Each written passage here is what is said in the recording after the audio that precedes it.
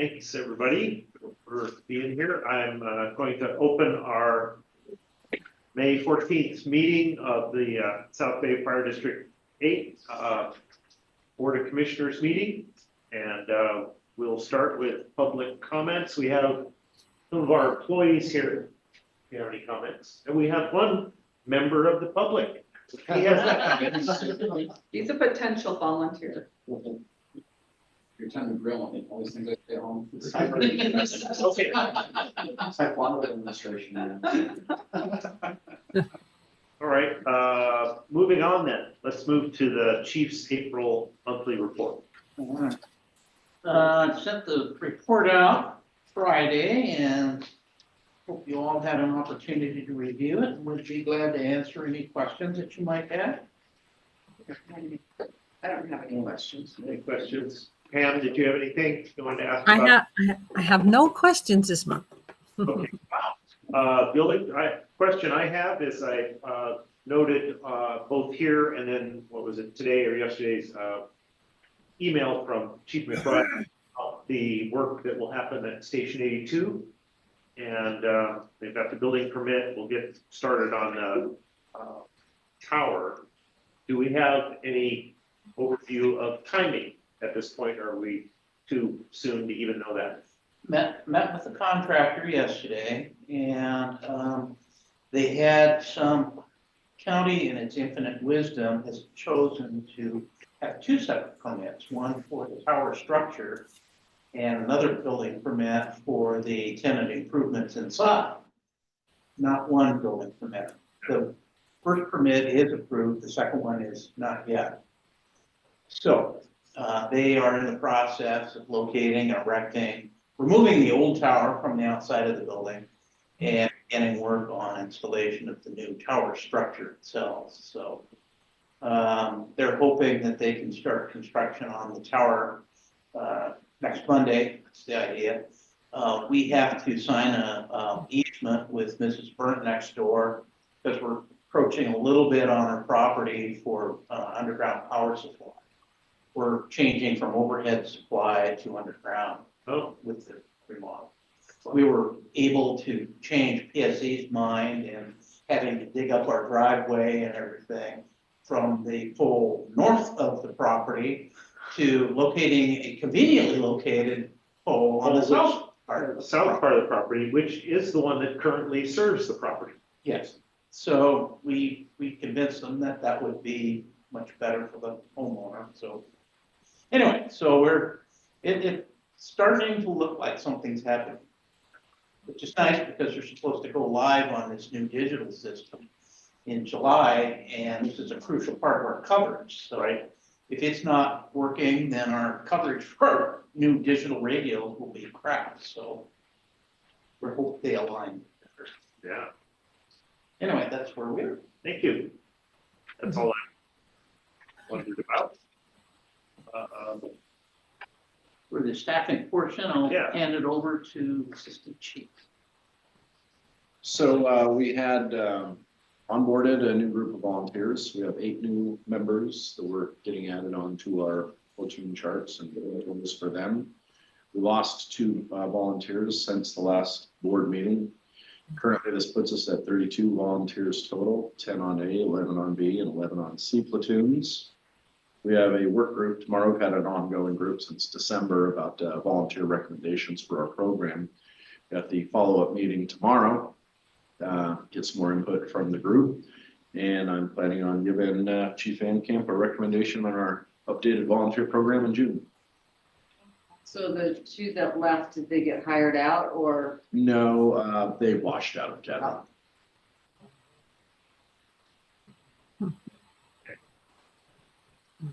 All right, any other questions or comments on staffing? Okay. Chief Hall, would you please join us over here?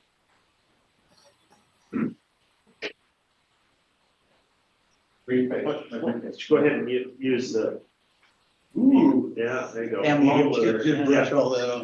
Yeah. There we go. All right.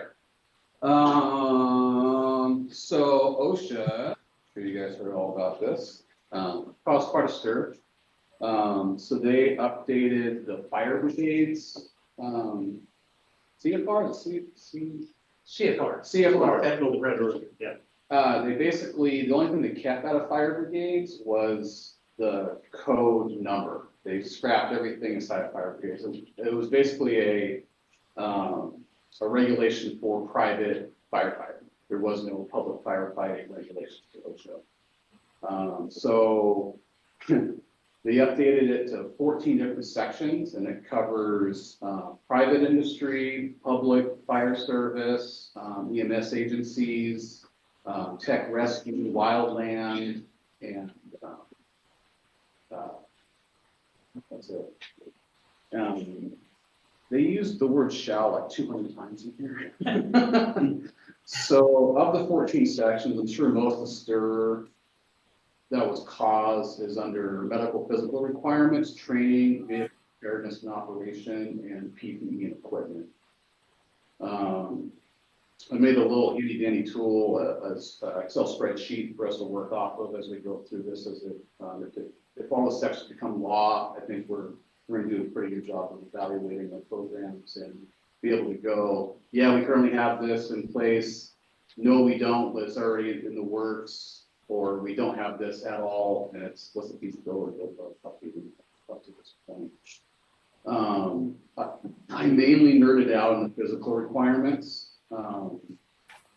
So in that section, there is initial medical, there's ongoing medical, there's behavioral health and wellness, fitness for duty, and health and fitness program, and then also a physical ability check.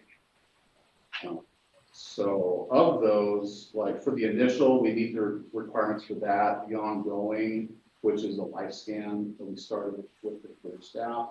That's probably our biggest financial liability with all this is the ongoing medical, because it incorporates the volunteers. Right now, as it sits, it's at least every 2 years, or that's depending on public factors.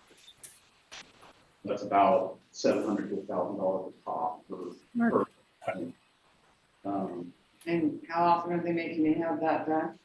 Every 2 years or less, depending on the fact. Right now, we're budgeted for paid staff and maybe 3 or 4 volunteers that are over 40, but we're not budgeted for that. Thank you. Perfect. Health and wellness, peer support, we've got a clinician, and we have referral basis through, what's the state program? Yes, Yes. Department of Personnel. Yeah. EP, Employee assistance program, yeah, so, we're hitting that. Fitness for duty, we're in the works of updating our policy on that, but we don't have a fitness program necessarily. So that's something that we would be look into, with doing some peer fitness trainers. But we have facilities, and we already have time allocated in the mornings for it. It's mainly just what is the program. So, and then, we talked about it for several years. yeah, we've talked about it before, so that's not that big of a but the main one for us is the ongoing medical evaluations. For training, I'm sure there's a lot of departments that are kind of up in arms about the training because it incorporates some NFPAs through incorporated by reference. So that's bringing everybody up to NFPA 1001, 1002, wildland standards, the officer standards are all NFPAs for that. But what's nice about that, we already have those incorporated into our program for job descriptions. So we currently meet those. And we just updated the EMTs to get wildland also, so we'll be doing that with all members. Okay. So that's the vehicle preparation and operation. We have a program that meets NFP 1002, so that's part of this. And the other part of it is that we utilize shops. So that meets most of the other requirements inside of here. That's the big one. I'm sure some places if we don't have access to EBTs, emergency vehicle technicians, that's a big deal. That's a big budgetary thing. Equipment and Our PPE, vehicle fleet's generally newer now. and it's newer now, Sam, so, exactly. And, equipment and PPE, there's use incorporated by reference instead of PPE. The good thing is we're going to need all those because we buy an FDA compliant gear and we follow the decommission program for that, right? And we do our inspections. So I'm like, we're sitting pretty good on the big list that is asking us to do.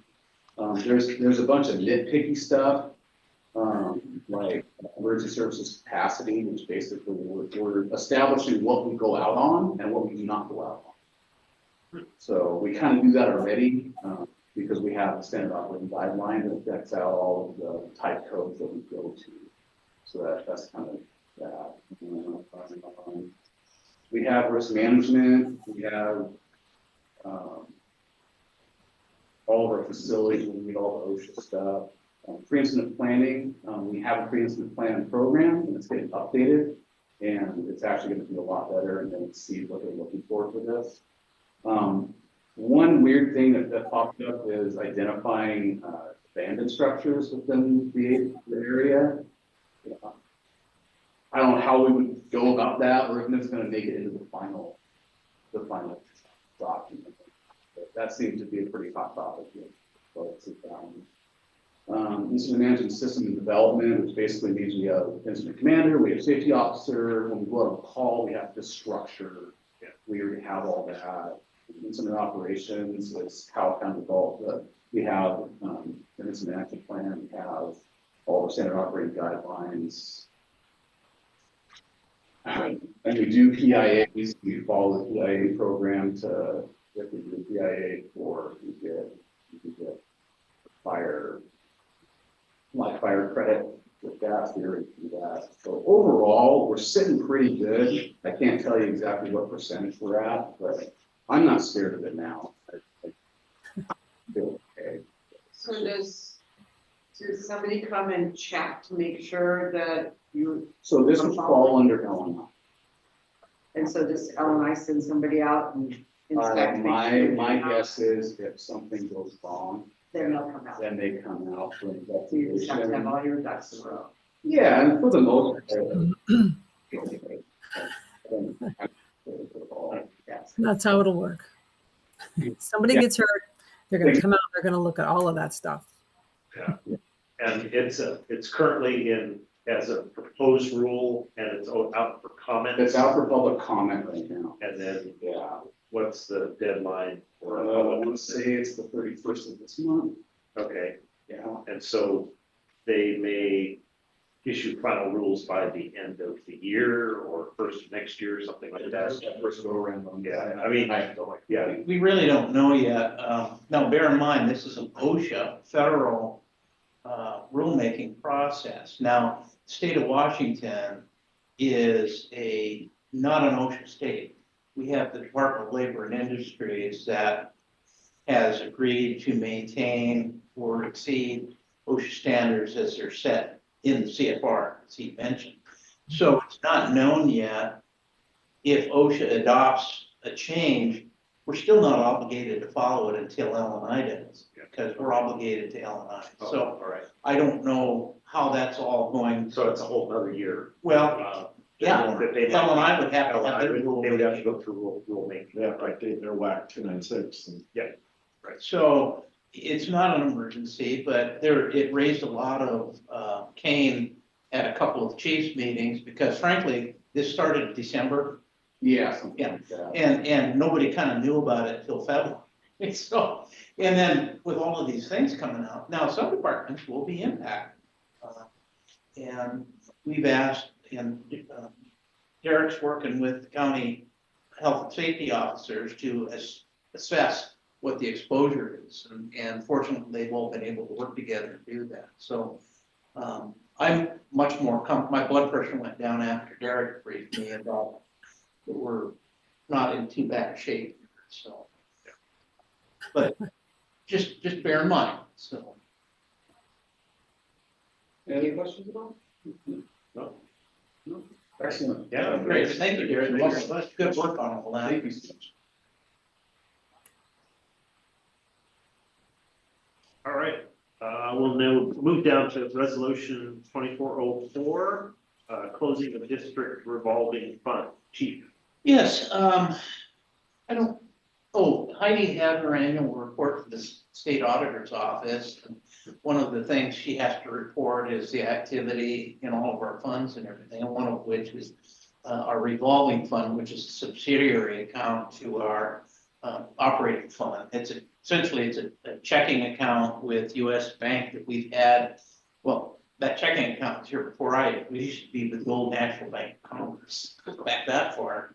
So with the advent of us writing our own checks basically and having credit cards and then automatic cash transfers for payments and that, we really don't use it anymore. And in fact, the last time that we used the checking account was in January of 2022, and for payment for COVID-related costs. So we just don't need it any longer. It's just one of those things that can create a red flag. I don't think need. So the request is to authorize us to close that account and transfer that money back into. It's never really left the operating budget, but it would put that cash back into our cash things. Are there any questions for the chief? on that? What is the balance on that account? 2,000. Okay. So I make a motion that we approve the resolution number 24-004 as it's written. And Moved and seconded. Discussion. All in favor, say aye. Aye. Thank you. We'll work with US Bank in closing that account here this week or next. All right, and this will be, I see all the signature spots there, all of the commissioners will need to sign this, so Pam, you'll need to come in and see Heidi. And come. Yeah, I can come in after Wednesday. I got to be down for 2 days. Yeah, With my Okay. leg up. all right. And we are at the secretary's report. So Drew Bonzer was unable to attend today, and he left me an email of items to present to the board as an update on the community outreach team. An event planner for 2024 has been built and overtime has been approved. Moving forward, the BCs will be posting the event overtime ahead of time so that the duty crews will have time to review it, go back to their families and discuss whether or not they can take the overtime before they actually have to bid on it. For June awareness, we are promoting pet preparedness. And one of the things he's chosen to do is to buy those pet alert window claims. And we're going to be giving those out. What is it? Little claims you put in your window that says, I have a dog in my house, kind of thing. Kind of like Baby on Board. Just to speak. What? No, never mind. Right. And we've had discussion about it. Chief LeMay can speak to it, that, you know, the firefighters are probably not gonna put that much attention on somebody's dog, but if the sticker's there and they can safely go in the house, they might try to save the dog. It'll be more of a peace of mind for the community than really saving their dogs. I just wanted us to be careful not to promise that we're gonna go in there because, yeah, there's a dog. But it can It's be a information to helpful share. tool. The next couple months are packed with public education events. We started scheduling the visits to the South Bay Elementary School. They're gonna be visiting the kindergarten, the 3rd grade and the 5th grade classrooms. they're also gonna be doing the popsicle pop-ups, but he's looking at changing the name of it and having an engine there because it might be more of a, it might be more inspiring for people to attend if they know that there's an engine that the kids can look at and play with. I don't know what he's doing with that, but he's launching that again. The excess levy ballot video has been posted to our Facebook page as well as our website. And we've got little snippets of videos that have been given to the COT and they're scheduling those out accordingly. And they're gonna put little, like, did you know? And then one of the videos is how your taxes work, kind of thing. During the last COT meeting, we discussed buying specific items that have our logo on it. So if we go to a public event and we have a table, we'll have maybe like a tablecloth that will have the name of our organization and our logo on it, just to get a little more PR for that. And also they looked at buying some folding chairs and a spinner board for prizes Oh, to try to, yeah, right. instead of just giving every Yeah. kid a hat, having them spin the wheel and, I don't know, answer a question or something in order to get the hat. So, but the last meeting, I was really impressed. He had done a lot of work and had a big, I didn't bring the spreadsheet, but of all the different events that are scheduled coming up. And so, yeah, it seems to be going really well. Good. Okay, any questions on the activities for the COP? Okay, And then I have the minutes from our last regular meeting and our special meeting that went out. okay, I make a motion that we approve the minutes for April 9th, 2024 and April 19th, 2024 as they're written. okay, been moved. I can say. And we'll let Pam second. You bet. You can do something on Zoom. All right, been moved and seconded, all in favor, aye? Aye. Okay, thank you. And are there any questions on the warrants that went out? No questions from me. I'll let you know also that the last the meetings, the March meetings, I believe you guys, I wasn't there. None of the minutes got signed. They were approved in the meeting, but they weren't signed, so I did include them in the folder for signatures. Okay, So I make a motion that we approve the warrants as they are presented for April 15th through May 31st. okay. I'll second it. Moved and seconded, all in favor, aye? Great, thank you. And then I wanted to remind you that this Friday is our workshop and we've got it starting at 9:30. Or up to 4 hours, possibly less. And I am having lunch Friday. Okay, The association met last Monday and you might want to speak to that about the picnic. You were talking about having a picnic on. They talked about June 23rd. I don't know if that's been solidified because June 23rd will be here. I got Amber a check, so she was site locked in, so it's enough for. Okay, we'll send that information out then. okay, And then I left you a copy of the newsletter that we are in the process of sending to the printers to go out. It's not too late to make changes if you see something that you glaring that needs to be corrected, but it is in process right now. And that's all I have. Heidi, is it possible to send me a copy via email? Absolutely, yes, Pam, for sure. Thank you. I also left you, thank you, this little brochure. We're not printing this except for here, and we're gonna give them to the responders, put on the rigs to give out on every emergency call. No. We're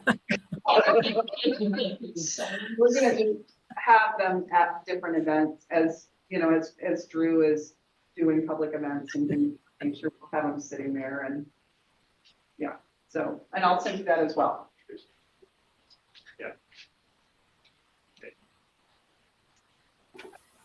All right. We're down to commissioner comments.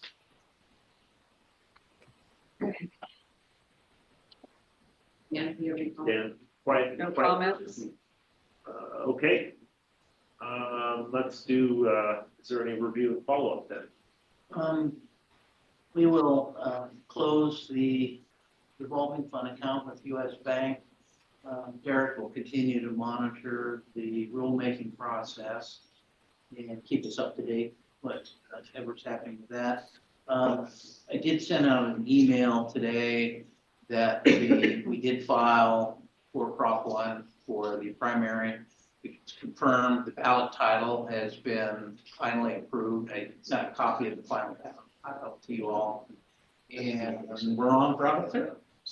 I am not aware, I was told that there might be a con committee for the pamphlet. There was no known activity on a pro team or committee on that. So haven't been confirmed one or the other, whether either exists. So, we'll probably find out from county elections at some point. Nothing's Yeah, that was only last Friday was their due date. May 3rd. Yeah. Hmm. Okay. All right, any questions on the, any of that? All right, with on that, then we will recess. What's my favorite subject at school? Recess for executive session. This will be performance assessment discussion, and I anticipate it'll take about 20 minutes. And we will be making no decisions during that time. We'll come then back and adjourn the meeting following that. Okay. Thanks for your attendance, gentlemen. Absolutely. Thank you. Have a good day. I'm not hanging up on you, Pam, I'm stopping the recording. Okay. Thank you.